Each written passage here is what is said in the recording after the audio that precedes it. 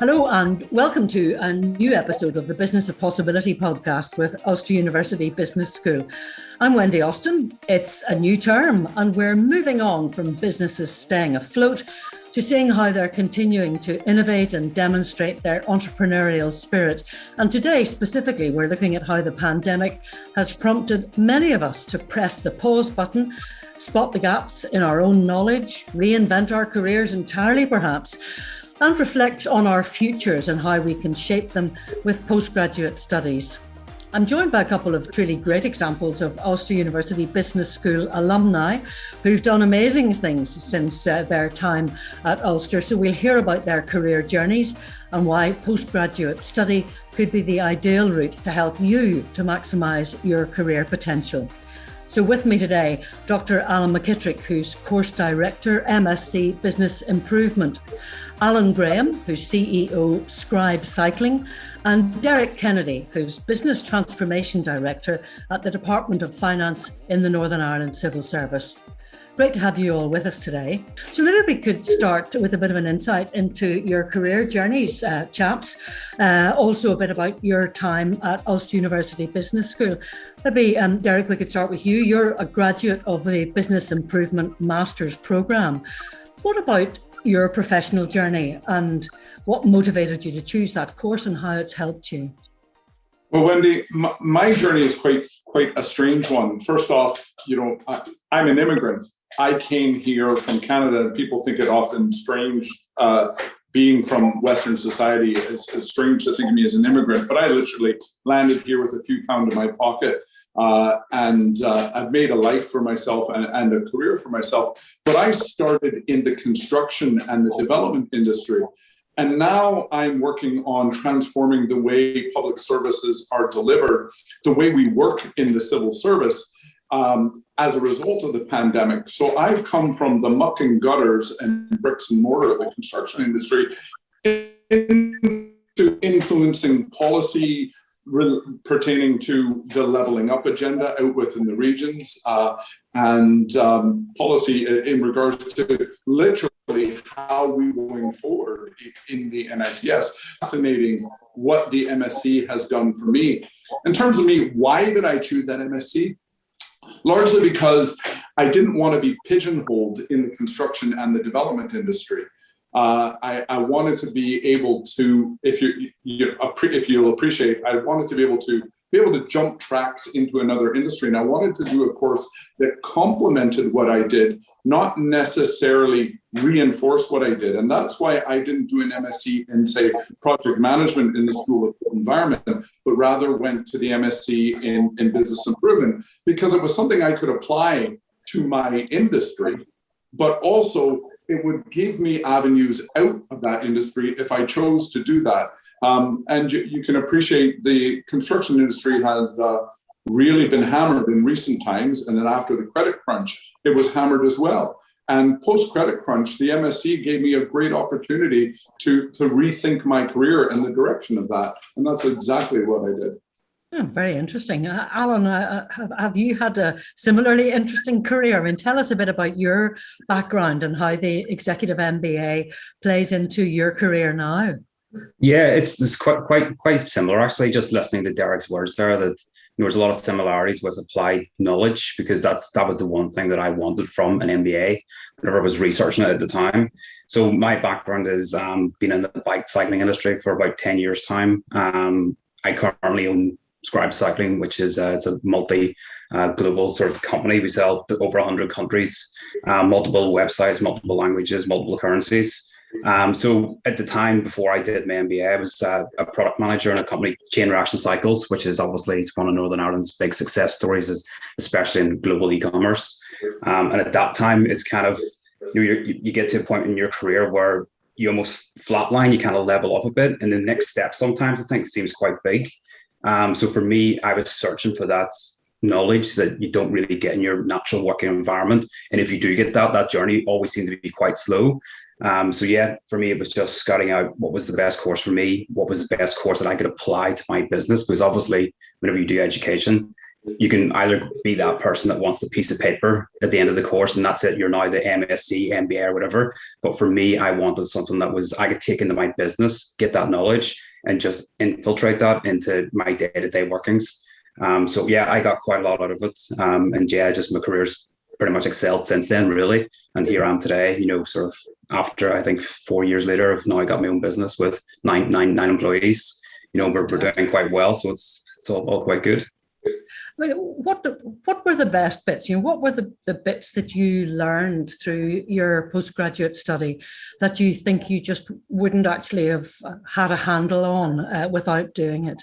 I think the biggest thing is, I think generally because the MBA is quite an intensive course for me, it was kind of the big area I would describe it as being the unknown, because you kind of, like I say, you get to a stage where you gain a lot of knowledge and it stops. And doing the MBA kind of gives you that full, the way I describe it is full 360 degrees in business, because you learn about lots of other things. So if you're somebody that's a marketer, for example, usually if you go into a job role, you only ever learn about that one tiny part on the canvas. You just stay in marketing and that's it. But for me, because my job role was so specific to business and global business and e-commerce, you're kind of left to your own to determine what that pathway is. So I wanted to know about operations management. Like Alan McKittrick was my lecturer for that module. I wanted to learn about that and find out how I can use my business sort of acumen to employ that in my business. And it's the same with supply chain, e-commerce, global supply logistics, all of that. So I think that my character probably lent itself quite well to the course because I'm quite curious by nature. So I just got stuck in, absolutely immersed in it, and really, really enjoyed it. But yeah, I think the big thing is that all of the information you don't know to me was kind of like exciting, because that's it's like Pareto's law. We only ever learn about 20% of the things that you apply on your day-to-day basis. There's this massive amount of 80% beyond that is knowledge that you can have. It's your choice. That's what education is. You choose how much knowledge you want to get from something. So hope that sort of long-worded sort of answer gives you that.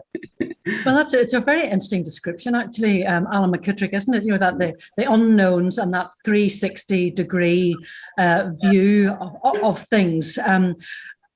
That would be quite a good selling point for you, actually, wouldn't it, when you're talking to students about what a postgraduate study at Ulster University Business School can offer? Well, absolutely. But I think the thing we've got to appreciate is that students are coming from different backgrounds and from different walks of life and with different motivations for coming into postgraduate study.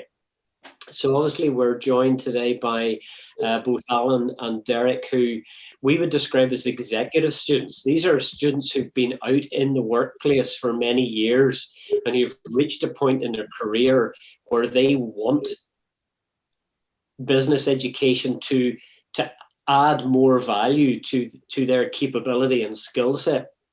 We also have students who come to us who want to change career direction. So perhaps they've studied a subject in a particular discipline and they want that commercial aspect to add to their skill set. So it could be for that reason they come to us. Or it could be those who've studied at undergraduate level and they want to specialize in more detail at a postgraduate level in a specific area of business.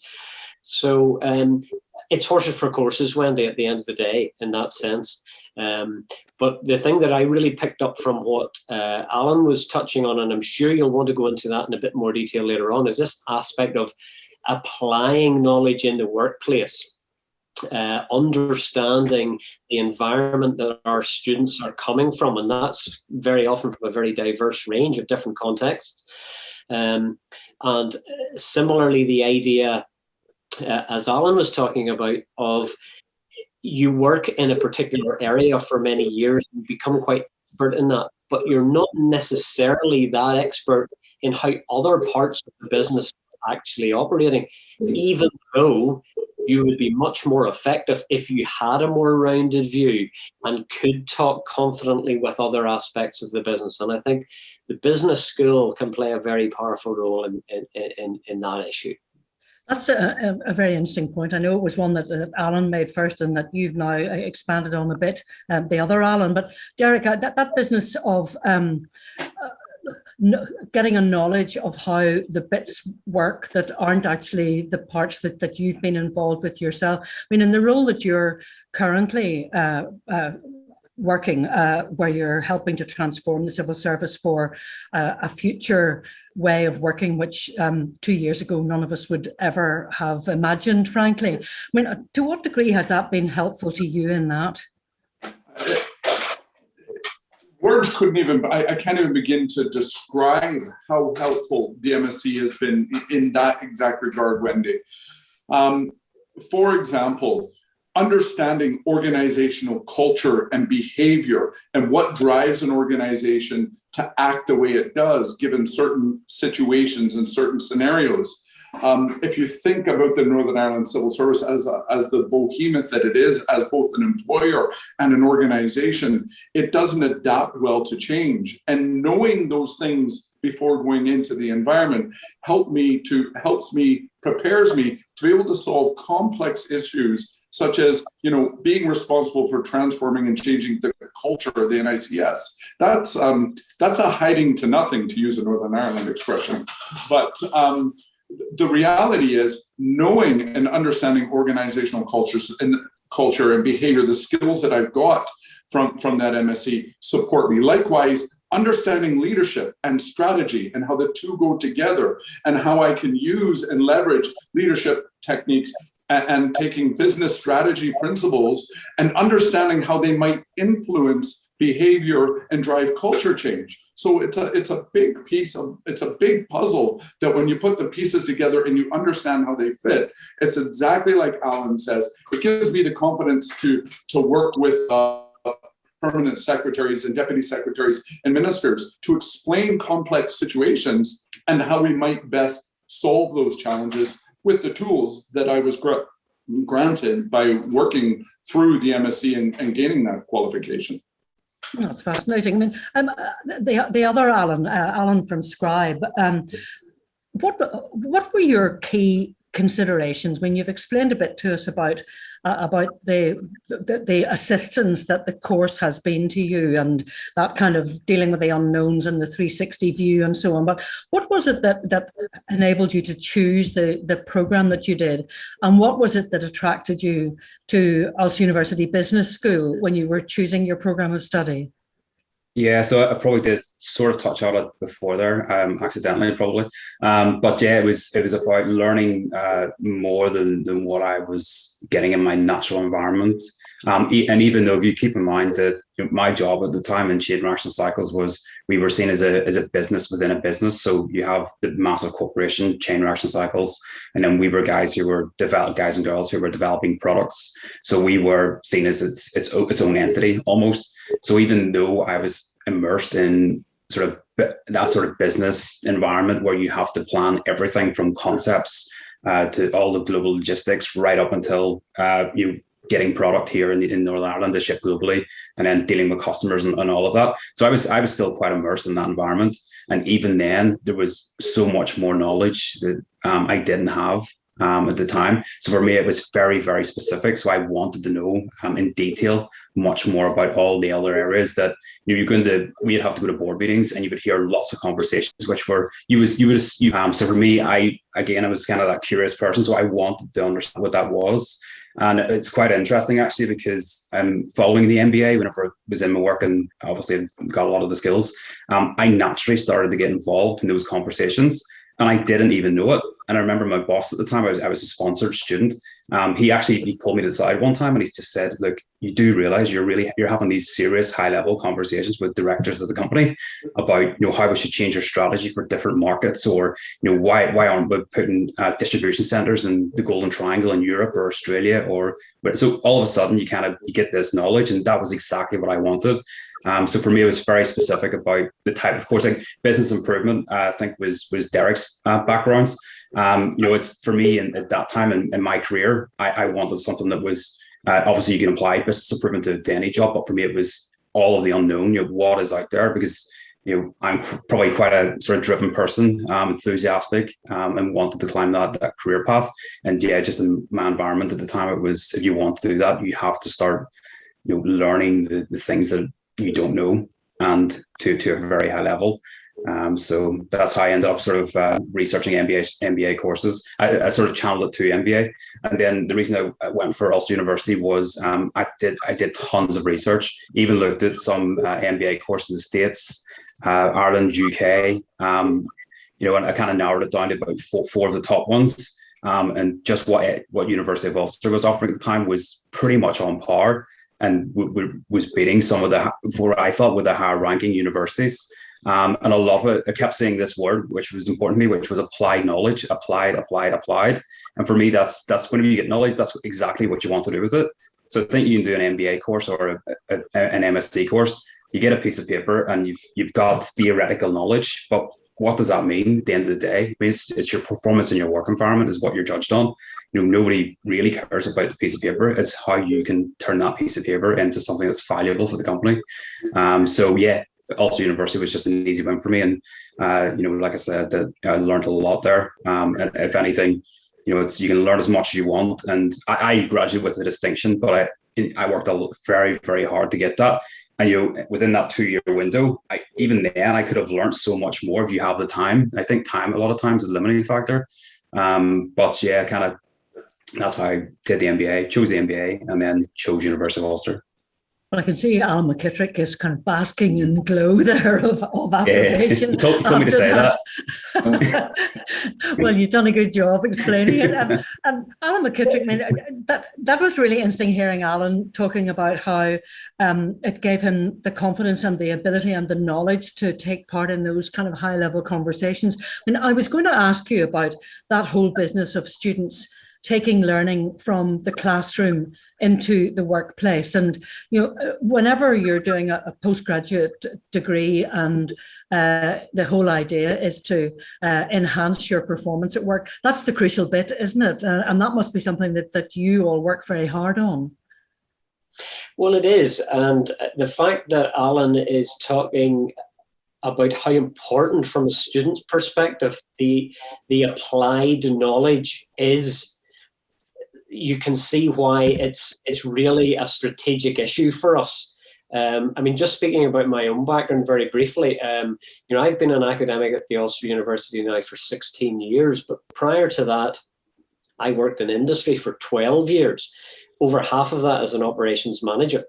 And that kind of, many of my colleagues who teach postgraduate level in the Ulster University Business School have similarly extensive industrial experience as well. And, that is vital in terms of being able to apply theory to practical organizational contexts and to help students develop capabilities and attributes alongside the subject knowledge. Again, it's also invaluable in supporting students to implement practical work-based projects, as several of our postgraduate courses do. So that idea of, I suppose, how do we help students to apply knowledge in their workplace comes about, I suppose, in different ways. I suppose it's also relevant to mention the fact that our courses, Wendy, in the business school are consciously designed using what the Ulster University refers to as its integrated curriculum design framework, where we are deliberately trying not only to support our learners, but also to support industry and the economy. Really, the underlying ethos is very simple. It's knowing, being, doing. In other words, what do our students need to know, the knowledge bit? What do our students need to be able to do with that knowledge, which is their capabilities? And what do our students need to be? In other words, they need to be resilient, they need to be innovative, they need to be adaptive, agile, whatever. And all of these things are built into our course design. So the idea of being able to apply knowledge in order to develop capabilities and attributes is fundamental to our postgraduate offering. Lots of our courses, if I talk very briefly even about my own course, which is also the MSc in Business Improvement. I also teach on our Executive MBA and our non-executive MBA and our MSc Management and many other postgraduate courses. But a course like Business Improvement, which is fundamentally trying to improve organizational performance and organizational productivity. All of our assignments, assessment for students is work-based. They all work toward a transformation project at the end of their master's program, which again means they are actually leading a change program over a 6 to 9 month period, and then writing up that experience as part of their report at the end. So again, that idea of work-based projects, about having students lead change and work on these types of assignments is very much about this aspect of applying knowledge. And again, on our non-executive postgrad programs like our MSc Management or our MSc Marketing or Business Development and Innovation, etc., amongst others, those students necessarily don't have the work experience that our executives have. So for those courses, we'll have, members of the business community come in and present a problem to students, and the students then have to solve that problem. So again, it's about applying knowledge in the workplace. It's absolutely central to what we do in the business school. So hopefully that goes some way to answering that question, Wendy. There's been a huge push to retrain and reskill here locally. I think the podcast before the last, I think that we did with the then Minister Diane Dodds and others was all talking about the economic recovery, about retraining, reskilling, the new ways of working and so on. And I wonder, in your view, Derek, would that maybe be an underlining factor for the fact that this is a good time to be doing something like a postgraduate degree for upskilling yourself and making yourself more ready for the new world of work? I think, Wendy, you've really hit on something there. And Alan from Scribe touched on this. There is a huge amount of work that goes into an MSc, and every student needs to go into it, not the way I did.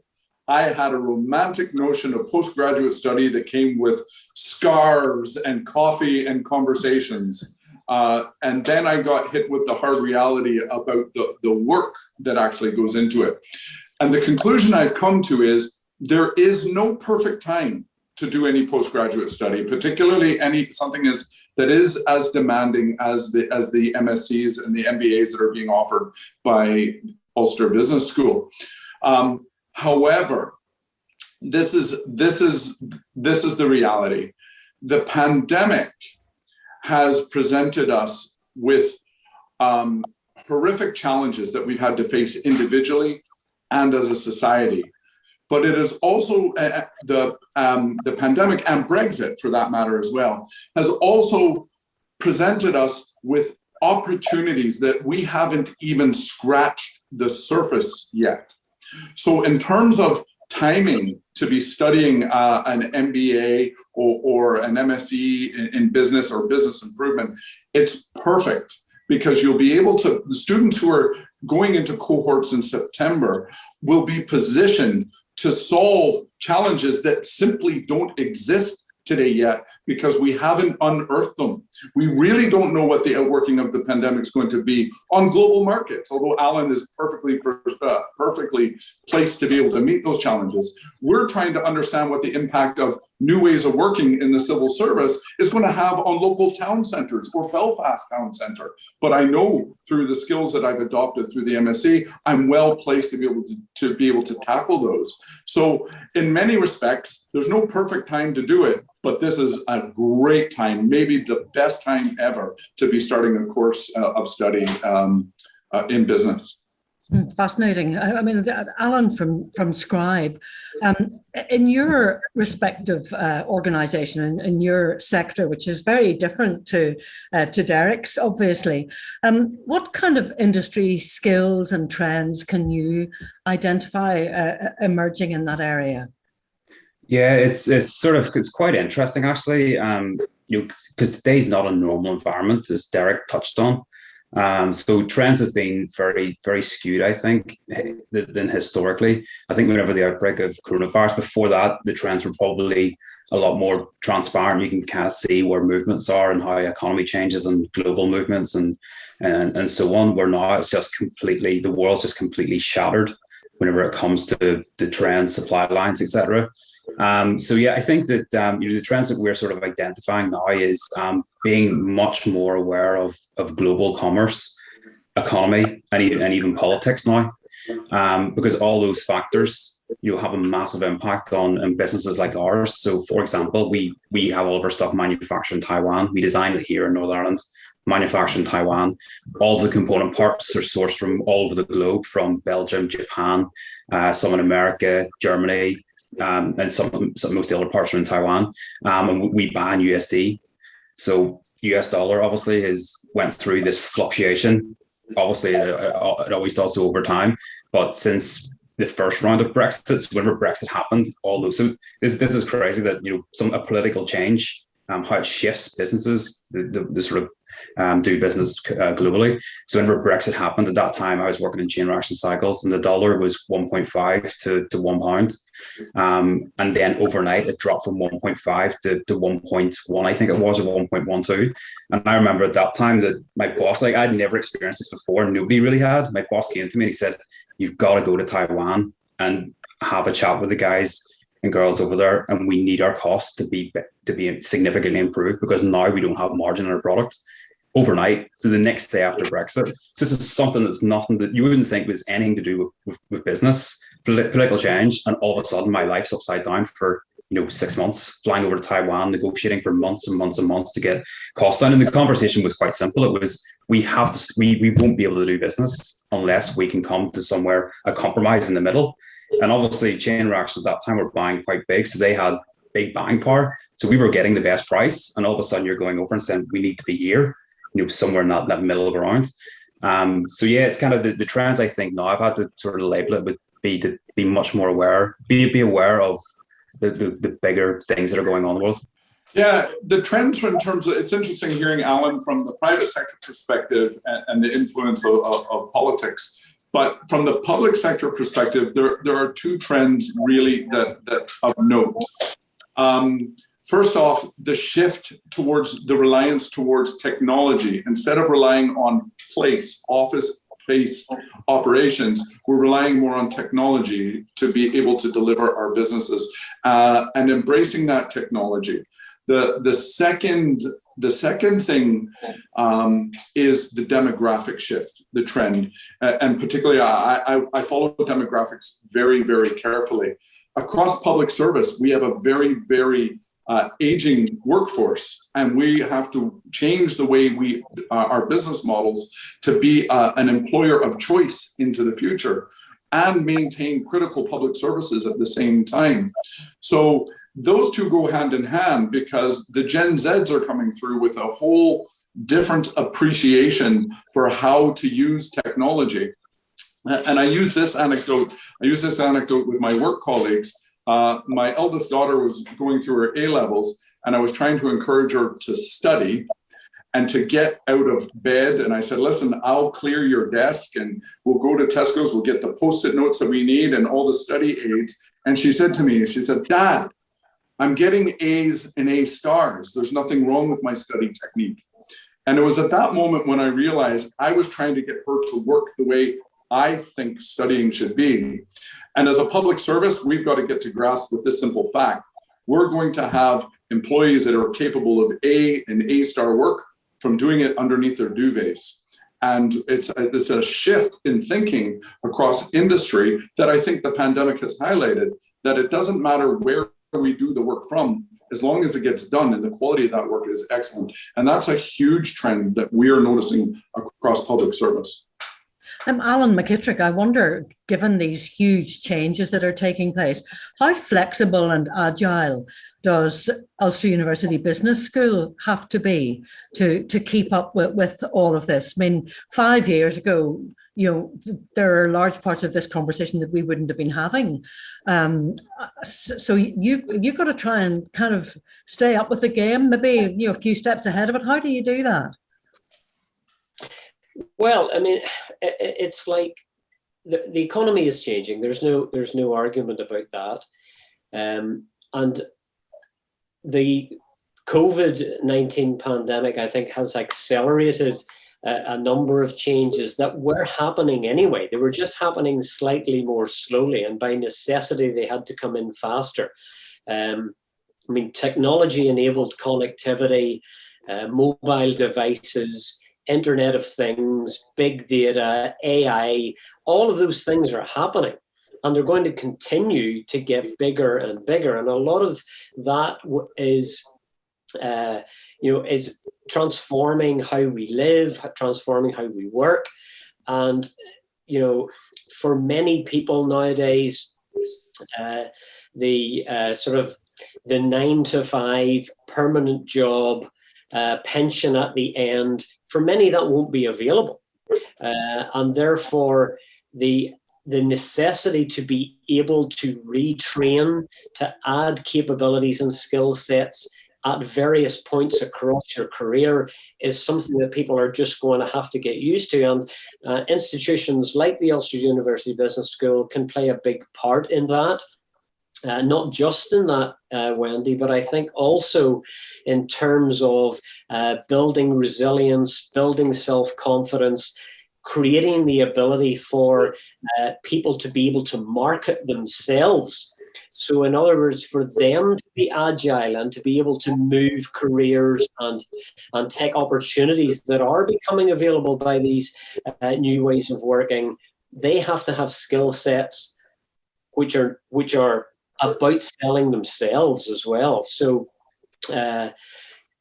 so long as we appreciate that, the world isn't static, and we in the business school, I think, never had the view that it was. The fact that it appears to be changing slightly faster now, yes, we've got to keep on top of what those main trends are. But many of us as academics are working as consultants in industry. We are being brought in to advise businesses as to how to increase performance or capture new markets or whatever it might happen to be.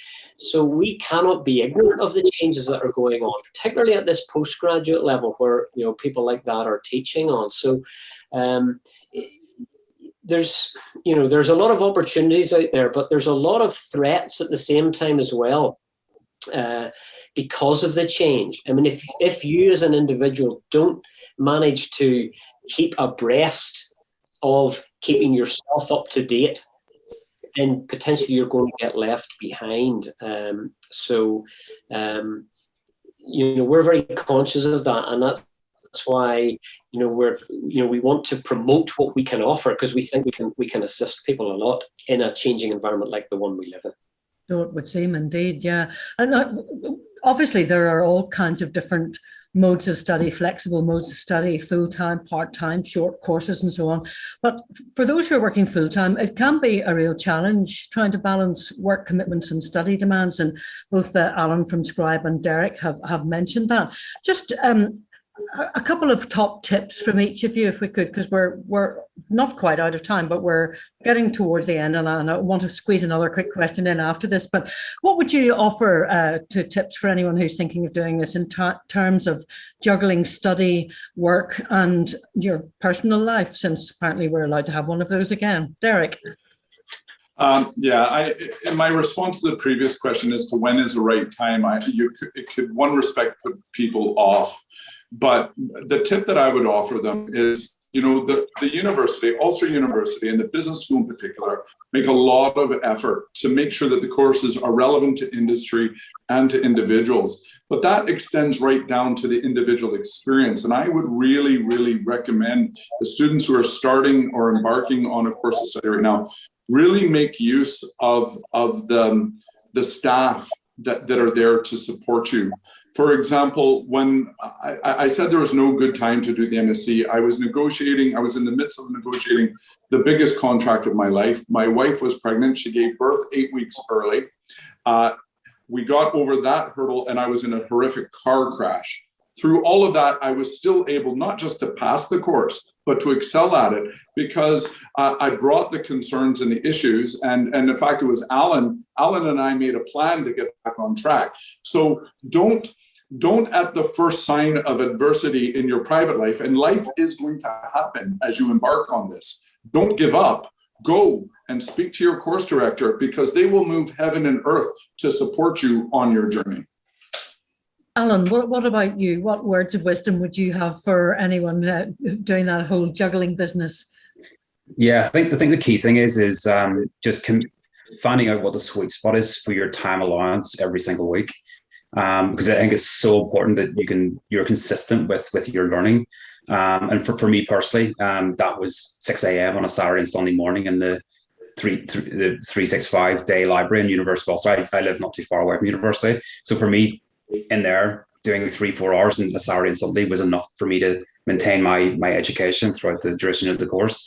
Where other people were, would stay up in the evening times or get up first thing in the morning. So I think test a few things out at the start, find out what that sweet spot is for you personally, because we're all different, we're all wired differently. And then the second thing is pretty much piggybacking on what Derek said there was, I think it's especially important at the start of the course is speak to your course lecturers a lot, because it's a new environment. It's a different level of education. And I think it's very easy to get immersed in the topics and go off on a completely different tangent that is so far off the mark. You won't even know it until 3 months into the course, and you have to rewind 2 months and go back to that, hit the reset button back then. So I think we speak a lot to your lecturers quite early on. You get a feel for what they're looking for, the sort of knowledge that they want you to bring back into assignments or exams. So those are the two big things. Figure out the time allowance you have, and then the second thing is, especially at the start, speak a lot to your lecturers. Good advice, I think. I said I wanted to squeeze one final question in, and I do. So looking back on your experience, or Alan McKittrick, looking at your experience as a whole, since you're still there, obviously, what would you say to those thinking about expanding their skills and knowledge, or maybe those who are wishing to retrain and perhaps pursue a career in an entirely different field? Derek, let me ask you that first. I said it earlier, there really is no better time. And, we've